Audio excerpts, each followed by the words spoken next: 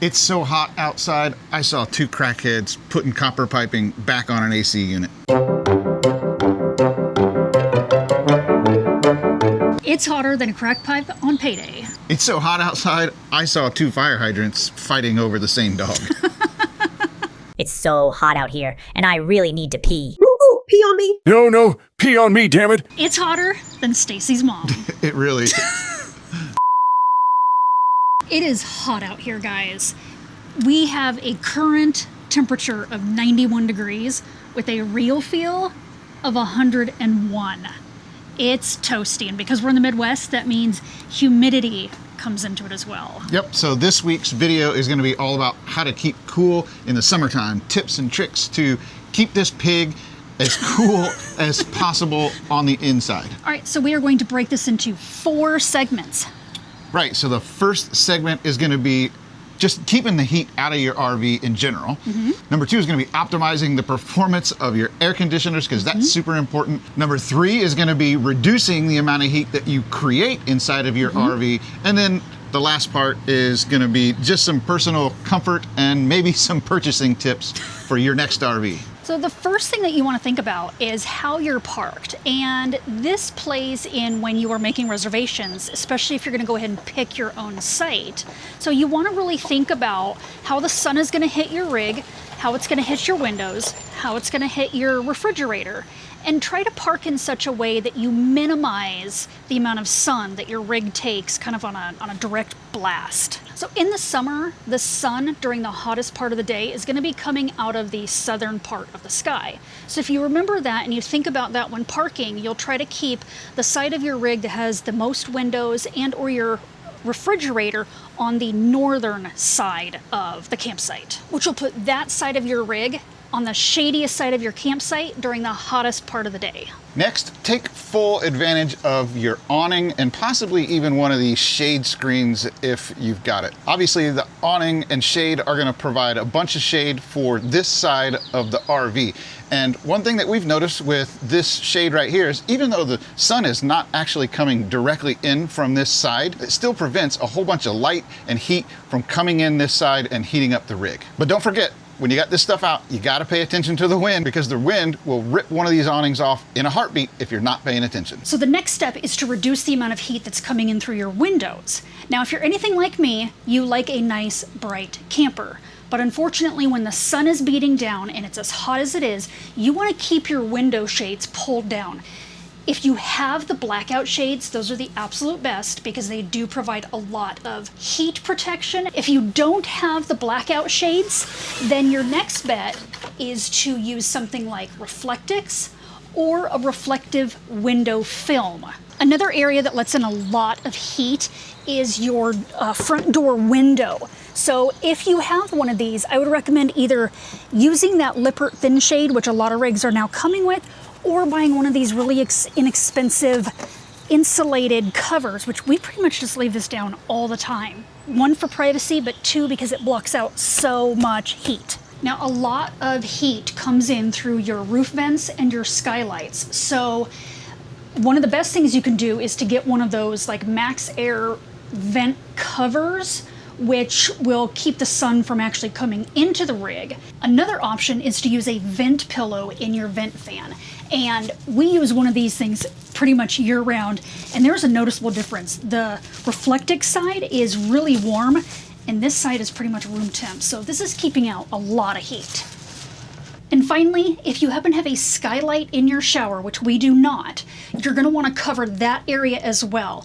I have seen some people take some Reflectix that they have cut to size and then just kind of Velcro it in there, or you might even get some of that blackout shade material. Same thing, kind of Velcro it in there and just block out all that light and heat that is just pouring in.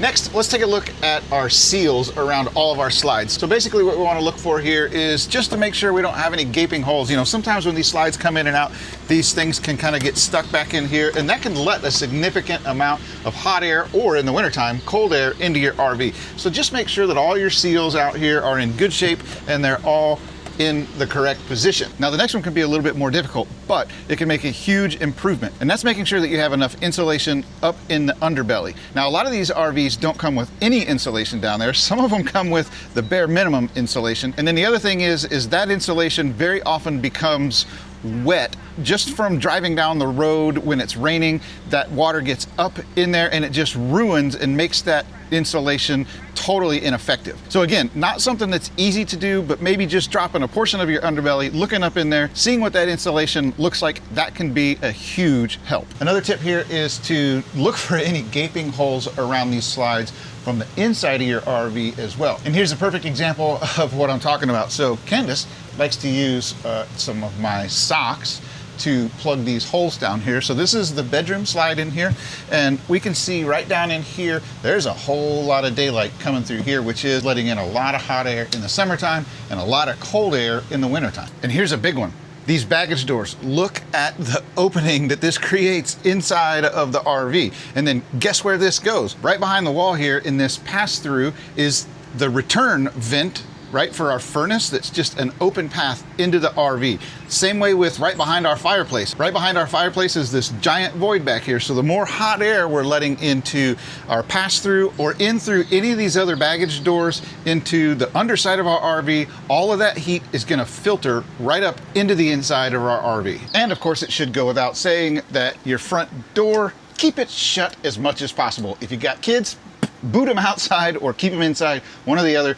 Don't be opening and shutting this door every 5 minutes. All right, so now that we've talked a little bit about how to keep all that hot air from coming into the RV, let's focus now on how to help our air conditioners keep it cool inside. So number one, the most important thing that you can do to keep your RV cool in the summertime is to take care of these air conditioners. So number one, we just want to take a look at our filters maybe once a month. Pull them out, see what they look like here. So this one doesn't look too bad. It's got some, some pet hair and stuff up here, but this one's actually pretty good. And don't forget about the little whatever louver or grate that goes over it as well. I've been in some RVs where this thing looks like it hasn't been cleaned in about 10 years. And then of course we want to make sure that we're doing our maintenance on these air conditioners. So depending on the environment that you're in, you may need a semi-annual cleaning or maybe just an annual cleaning. But at a minimum, an annual cleaning is what I recommend.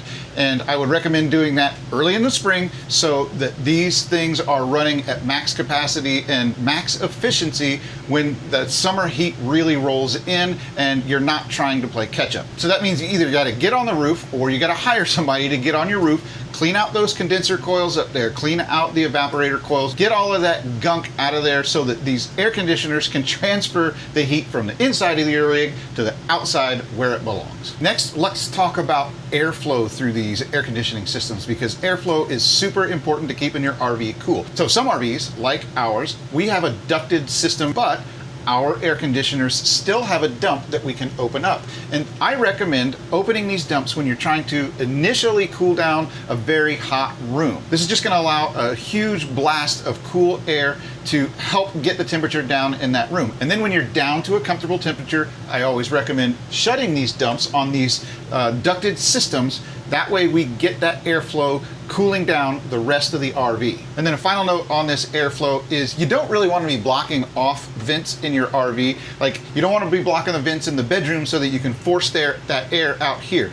Blocking off vents restricts airflow through the entire system and it reduces the efficiency. So as much as possible, we need to make sure that all of our vents are open throughout our RV to maximize the airflow and the cooling capacity of your AC units. Our next tip involves getting your rig cooled early. So you do not want to wait until your rig is already heated up before you get your air conditioning units running.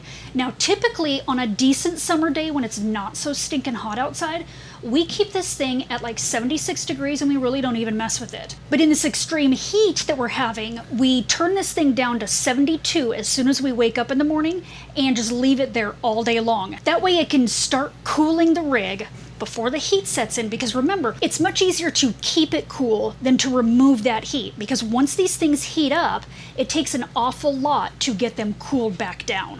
Now, to help you stay cool as you're sitting in your RV or even when you're outside, get a nice little fan. Either turn on your overheads if you've got overhead fans, if you're one of those lucky people, or get yourself a floor fan, table fan, whatever, and just have it blowing right on you.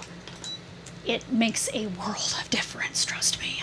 All right, next is something we've talked about in several videos, and that is that having a good dehumidifier in your RV is a must, both in the summer and in the winter. But specifically in the summer, drier air feels cooler. Not only that, but the drier the air that's going into your air conditioner, the better the air conditioner works. Because here's the deal, if your air conditioner has to remove all that moisture from the air, then all of that moisture ends up on your evaporator coils, which really interferes with the heat transfer process that's supposed to be taking place at those evaporator coils. And then the worst case scenario is that water actually turns to ice on those evaporator coils, and then you essentially have no heat transfer there. And not only that, but the compressor on your air conditioner is actually going to shut down for a period of time in order to melt the ice that's built up on those evaporator coils. So using a good dehumidifier in your RV is a must. All right, so now that we've talked about how to keep the heat out of your RV, how to maximize the performance of the air conditioners in your RV, let's move on and talk about avoiding using things inside of your RV that create heat. So we're cooking breakfast for dinner,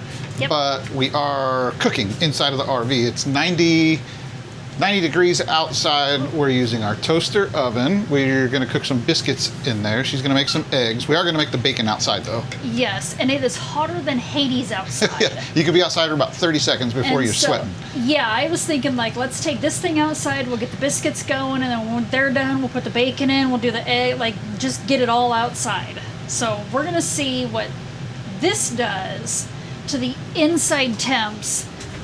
We are What are we at? currently, we're at 81 degrees. So 81 degrees. Well, and that's a little bit misleading because it's right on that back wall, but it is Yes. fairly warm in the kitchen. I would say it's probably about 76 in here. And if we go down here, the living room is currently not running, but it's 76 in here. It's actually been keeping up really well today. We got it going has. early. We got everything going early, but we're doing this for you guys, heating up our kitchen.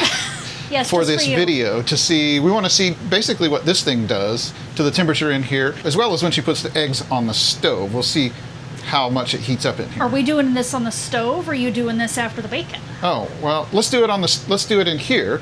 That way We'll get a test. we'll get a test and Okay. see what happens in here, because yesterday it got pretty warm when you were in here when you were making dinner. So we'll come back when all of this is done. We'll see what the temperatures are in here. I don't know if it's going to move that much, but we'll see.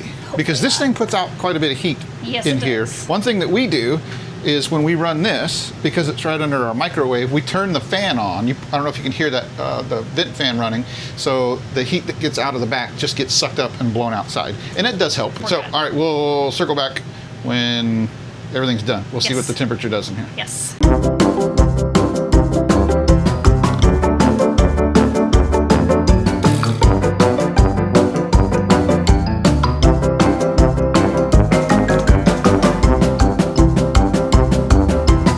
All right, so that was about 30 minutes, I guess, total after warm-up time and cooking the biscuits and then cooking the eggs. Obviously we did the bacon outside, so that wasn't a big Yep. deal.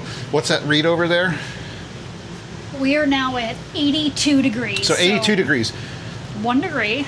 Yeah, but that's only based off of that thermostat, which sits on the back wall, which it's warm back there. I can feel Yeah. it's noticeably warmer in the kitchen though. But we did go up 1 degree in here after 30 minutes, mostly because of that thing over there. So I think even though we didn't get a big temperature difference in here, I guess common sense says when it's this hot outside, you try not to cook inside. Yes, anything that you can do outside. If you have a grill, a griddle, anything, air fryer, do it outside. So aside from cooking during the hot part of the day, you should also try to avoid using appliances such as your washer and dryer, your dishwasher if you have one, anything that generates a lot of heat. You really want to try to avoid using it during those hot afternoon hours. And let's not forget about the small things that produce heat in the RV as well, like these puck lights, right?